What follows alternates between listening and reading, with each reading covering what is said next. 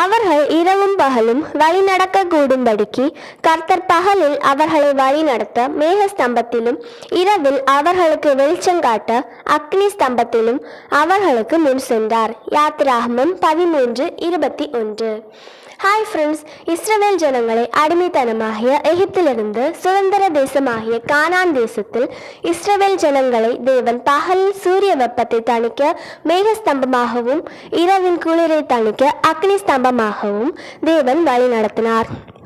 ஆம், அடிமைத்தனமாகிய பாவத்திலிருந்து சாத்தானின் பிடியிலிருந்து மீட்டெடுத்த கர்த்தராகிய இயேசு கிறிஸ்து பரம கானானாகிய பரலோகத்தை நோக்கி நம்மை பாதுகாப்பாக அவர் வழி நடத்துகிறார்.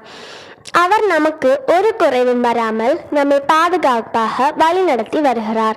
சாத்தானின் எவ்வளவோ சோதனைகள் நம்மை விழத்தள்ள பார்த்தும் நம்மை மடங்கடிக்க பார்த்தும் அவர் நம்மை கோழி தன் குஞ்சுகளை தன் சிறகுகளின் கீழே அரவணைத்து பாதுகாப்பது போல நம்மை அவர் எதிரிகளின் கண் காணாத வீதம், எதிரியின் அம்புகள் நம்மேல் படாத வீதம் இஸ்ரவேலரை அக்னி ஸ்தம்பத்தினாலும் மேக ஸ்தம்பத்தினாலும் மூடி பொதிந்து பாதுகாத்த கர்த்தருடைய கிருபை நம்மை இன்றும் அவர் இரத்தத்தினால் மூடி பொதிந்து பாதுகாக்கிறார்.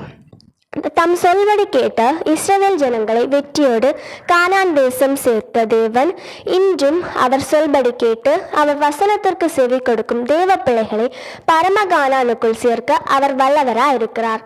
ஆம், நாமும் அவர் வார்த்தைக்கு செவி கொடுத்து வழியில் அவரை கோபமூட்டாமல் அவர் கையின் கீழ் அடங்கியிருந்து பரம கானான் வரை அவர் கரத்தின் கீழ் அடங்கி பத்திரமாக போய் சேர கர்த்தராகிய இயேசு கிறிஸ்து தாமே உதவி செய்வாராக.